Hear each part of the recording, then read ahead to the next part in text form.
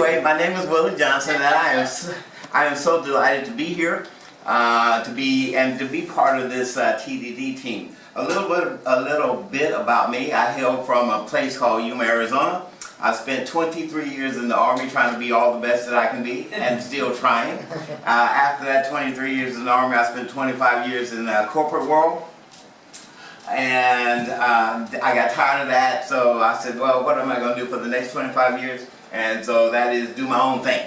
And so right now I'm really doing my own thing. And my book, I've written a couple of books. The first book that I wrote was entitled, It's Never Too Late to Live Up to Your Potential. And it looks like this. And one of the main reasons that I wrote this book is because right around that, in that 60 years time frame, that one of the largest companies, and I'll just say the first letter in the company's name is W, a big W, out in Bentonville, Arkansas, was laying off all of these people. And many of these people were, they were relying on just being with that company so long that they were going to retire. So once they were getting these layoffs, it was, oh, it's me, oh, it's me, I'm 50 years old, I'm 55 years old, I'm this, what am I going to do now? And so one of the things that I had always done, I'd always been a motivational speaker of sort, and I said, well, I've been talking this stuff for a long time, but I've never really been out there on my own to see if it really works. Yeah, it works, but I've never really been out there on my own. So what I did is I decided to just leave the corporate world and get out there on my own to let them know that it really is never too late to live up to your potential. As long as you got breath in your body, there is still hope. And so I wrote the book, It's Never Too Late to Live Up to Your Potential. It's still selling. And then that led to the next book, which was Be Amazing. I brought a copy of the lady, so it's like, it's never too late to live up to your potential. It's never too late to be amazing. And then once I did that, I started doing some things, and then I came up with this. What is the picture on the frame of your mind? Because it all became the workshops. How do you have some of the workshops and taking them through the drill? So what is the picture on the frame of your mind? I actually, have this in a form, and they can just write things on there. What is it? And look at those steps that I have. And I actually give this away free on my website. A lot of people don't know that, but I'll tell you, you go out there, you'll get this free. And so one thing led to another, and that's where I am. I'm also a John Maxwell team member. So I actually do about 5 or 6 different things that I'm certified to do with John Maxwell. I am also a trainer, speaker. I do the blueprint for success. And so one of my greatest things that I like to do is there's keynote speakers, there's trainers, there's some of everything. And I'm not one of those type of people that says I'm all of it at one time. Yes, I can keynote. Yes, I can do this. Yes, I can do that. But what is my passion? What is my strength? And my strength is actually doing workshops, being a trainer. I'm a trainer. Yeah, you want me to keynote, I'll keynote you. But but to walk them through that process, understand what their purpose in life, because I want them to get there and understand what their purpose in life and help them get over that bogus story. What are you telling yourself that's holding you back? What are you telling yourself that's holding you back? So those are some of the things that I do. I didn't write one of those yada yada sheets that Henry was talking about this, about that. Yeah, it is what it is. I am the doctor. One of the things that my dad used to tell me all the time, he said, son, if you just set yourself on fire, the whole world will come watch you burn. And so that's really what, so that's really what I love. I really, really love that. And I guess the drive, what everybody don't know around this table, one of the other drive is that by the end of my first year in college, I was placed on academic probation. Ooh, me, academic probation? Did you think I was going to go tell mom that? Absolutely no. But I sit here today and tell you I graduated magna cum laude from college with a degree in human resources and management. So it's really never too late. You just have to figure it out. You have to understand, in that case, I had to figure out that just because those books was under that pillow, that stuff wasn't floating up in my head by itself. So there becomes a process. And I say that because there is more driver why I'm appreciative to be part of this team, because I know this team is really going places, and there's a message. We all have a message, and somebody needs to hear that message. If somebody really needs to hear that message. So, all right, at this time, I don't want to talk for 20 minutes. My 5 minutes is up. So thank you. I'm glad to be here, and you all just need to hold me accountable because I'm a high eye. I got 1,000 balls in there and don't want to drop one, but y'all know about them high eyes. You know, they can get started on something, ooh, but you got to help me follow up and keep me hold accountable, and I will be there. Cool. Thank you. I guess it's up to me to wrap it up. Okay. Well, I'll do what I can to see if I can't put a bow on the package. I'm Bob Lawson, and I would consider myself a speaker and a teacher. I got a call from COED, the Corporation for Ohio Appalachian Development. So I'm always in the process of teaching and sharing ideas and info. So if anything that I say makes sense, use it.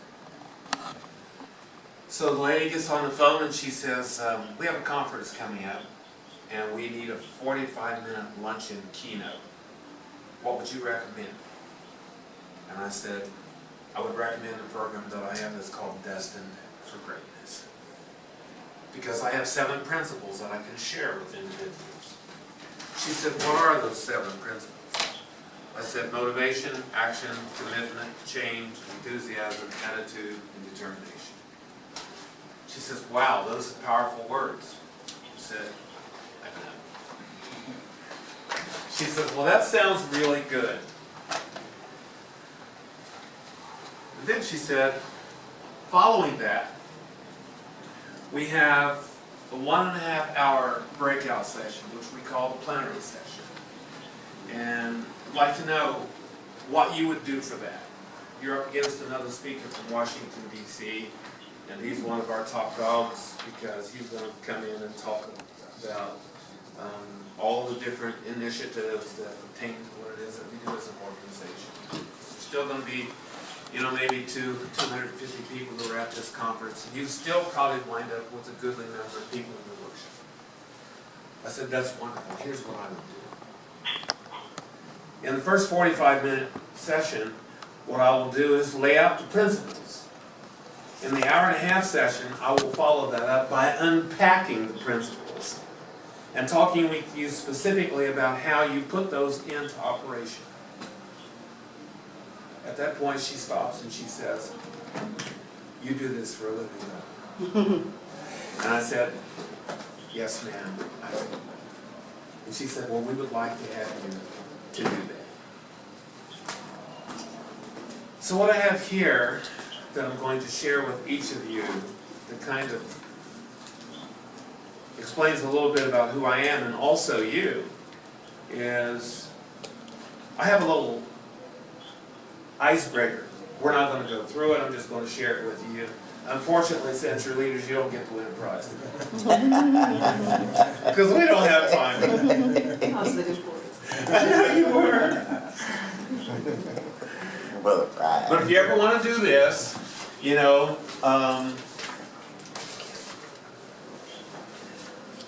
a number of us in this room do programs on leadership, and that may very well be one of the programs that we do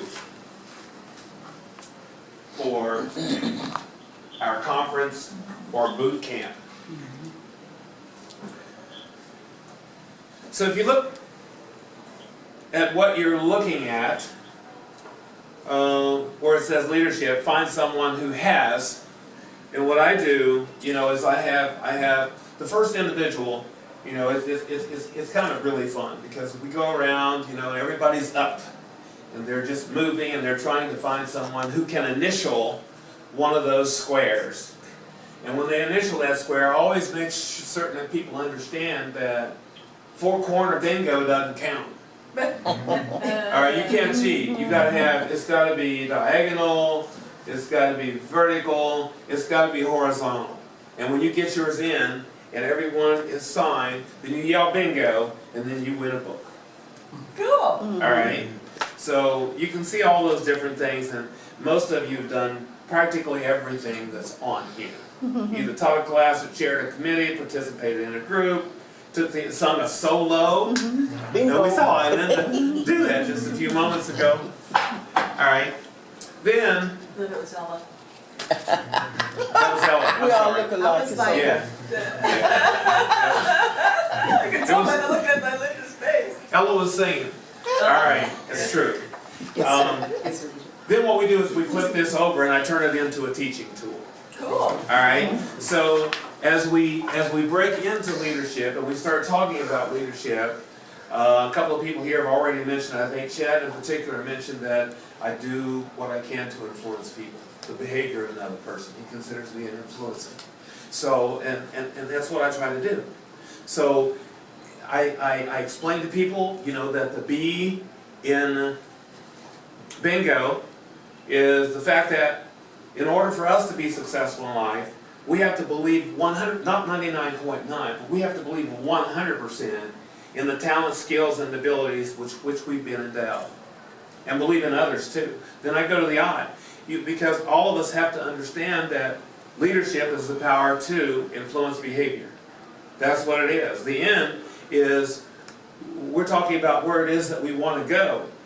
We never want to limit ourselves to just one idea. We have to remain imaginative. We have to remain creative. And the G is boldly go beyond your comfort zone. Be willing to stretch.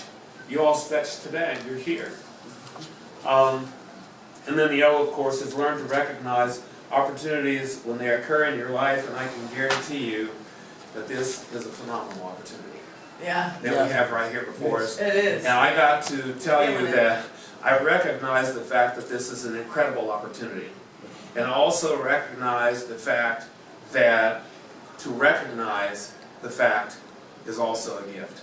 Yeah. Because not everybody has the gift to recognize ability. Right. I'm very, very excited about that because what we have assembled in this room is unbelievable. But when folks see it in reality, it will become believable to them. And that's an introduction. So, Yeah.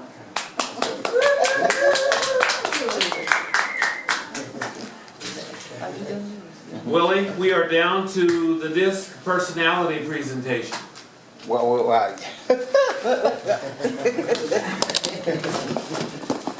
Did you not get a copy of the agenda? I got this. Do you have a copy of the agenda? Uh-huh. Okay.